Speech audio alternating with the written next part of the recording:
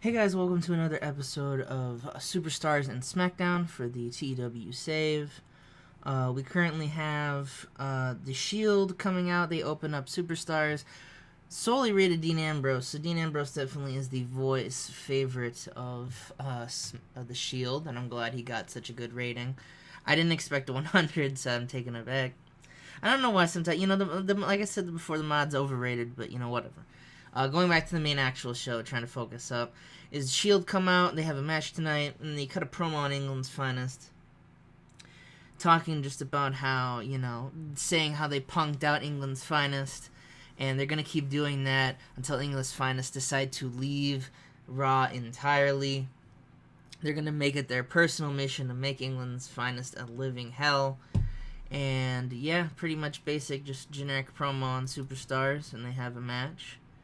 That match is 78B, in which they take on Ezekiel and the world's greatest tag team, and the Shield win eventually when Dean Ambrose catches Ezekiel with the dirty deeds in 18 minutes. Overall, pretty good match. The Roman Reigns getting a 65, Dean 69, and Seth 71. Seth definitely the workhorse, and there's always improvements coming from Dean and Roman usually, and Seth seemed off his game for that too, all things considered. But Shield picking up a decent win on Superstars. I felt bad for leaving them off of SmackDown. We'll then have a decent match, just a cool down match from that pretty because I said that to steal the show. Ryback defeats Tyson Kidd in 15:49 with a suplex power slam, just getting Ryback over. Not defending his Intercontinental Championship, but we'll have to see about how that goes down on SmackDown. And then we have a segment between AJ Lee. She's talking to Sarah Del Rey of the women's division when the Divas of Doom come up and jaw jack. And the whole segment essentially builds up to the fact that AJ Lee and Sarah Del Rey are going to face the Divas of Doom on SmackDown in tag team action. So just building up a SmackDown match for that. Then we get Kofi Kingston cutting a promo. Talking about mainly the Big Show. Talking about how the Big Show should have just stayed away and not gone out and done what he did, all things considered, last Monday on Raw. Just a generic little promo to get that hype up, and we have a 6-man tag in which Dolph Ziggler, Kofi Kingston, and Randy Orton take on The Miz and Jericho, with Kofi Kingston getting the pinfall on the Big Show with an SOS. I like to say that maybe Jericho abandons, he abandons kind of the Big Show in his time of need, or maybe the Miz's fault of doing that. But overall, the match was pretty good. Most of, Miz 94, Dolph Ziggler 92, Kofi 94, Randy 93, Big Show and Jericho in the high 80s. Pretty all good main event match for Superstars, all things considered, and a 98A. I think that might be the highest rated Superstars of all time, but I couldn't make any specific memes about that. So I'll see you guys for the SmackDown portion of the show. Alright, so we're here with SmackDown, and we have a pre-show match between Alicia Fox and the always present Astra Dunlaw, with her getting the win over Alicia Fox. Not a great match, but we've made progress to where she is over to the point where Alicia Fox will take an L to her without bitching about it. So progress is being made. You can't deny that.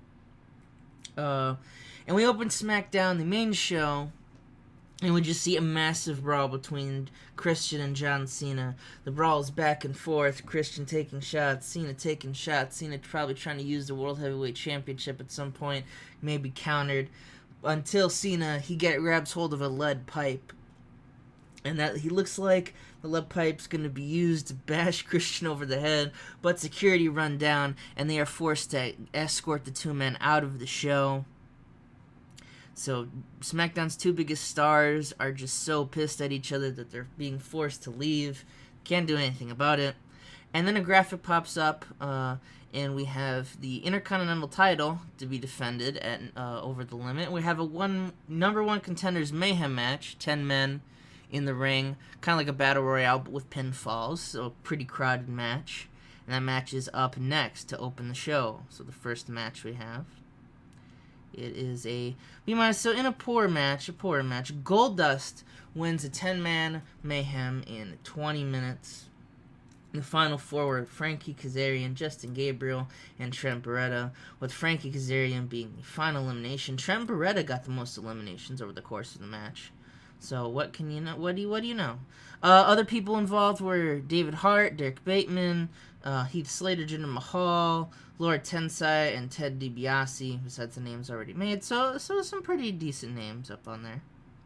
And then Ryback comes up to Goldust and does a signature intimidating move to show how scary he is to Goldust. You know, one more time these guys are going to go at it. One more time for the championship. Can Goldust retain the belt that he won for his brother, who sadly passed in the save and has ruined SmackDown? Or will Ryback be able to retain his gold? You guys don't understand how the death of Cody Rhodes has fucked over my booking. I've booked really far into advance, and Cody was a pretty big a part of that. So now SmackDown storyline, for the most part, the more mid-card to main event later on, has had to have been rewritten. But still, and plus he got really awesome ratings, because he's Cody fucking Rhodes. There's that. And then we cut to the tag match. You remember it was announced on the lovely episode of Superstars. The Divas of Doom defeat AJ Lee and Sarah Del Rey when Beth Phoenix defeats Sarah Del Rey with the Gland Slam. Sarah Del Rey was the weak link in the match, but 65 being a weak link isn't that bad necessarily.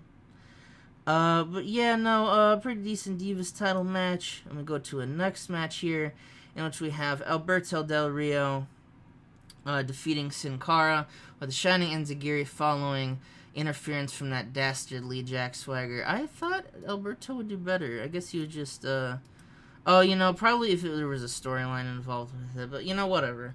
But there is a storyline, is after the match, Jack Swagger gets in the ring with a chair, and they start beating on poor Sin Cara.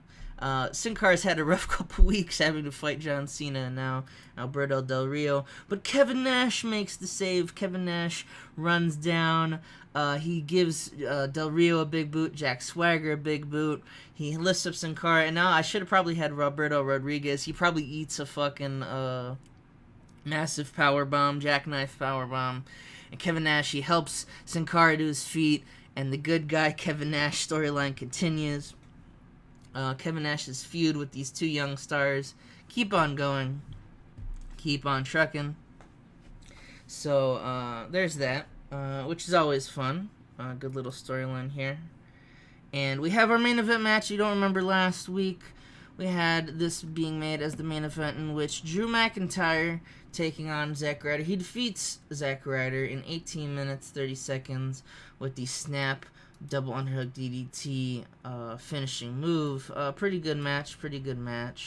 But after this match, Mark Henry runs down and he beats up Zack Ryder and Drew McIntyre, both men eating a World's Strongest Slam in the process. He roars angrily into the cloud, signaling his intentions, as they always have been, to destroy everything in his path, 'cause that's what I do.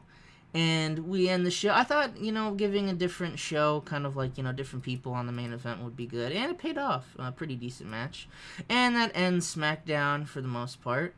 And a pretty relaxed SmackDown besides the opening segment. But we do know who's going to face Ryback at Over the Limit for the IC title. And we're still, we're only 1 week away from the pay-per-view. So that's always fun. And I will have to see you guys for said the next episode of Raw. I was about to say the pay-per-view. Thanks, guys, all for watching, and I'll see you guys next time.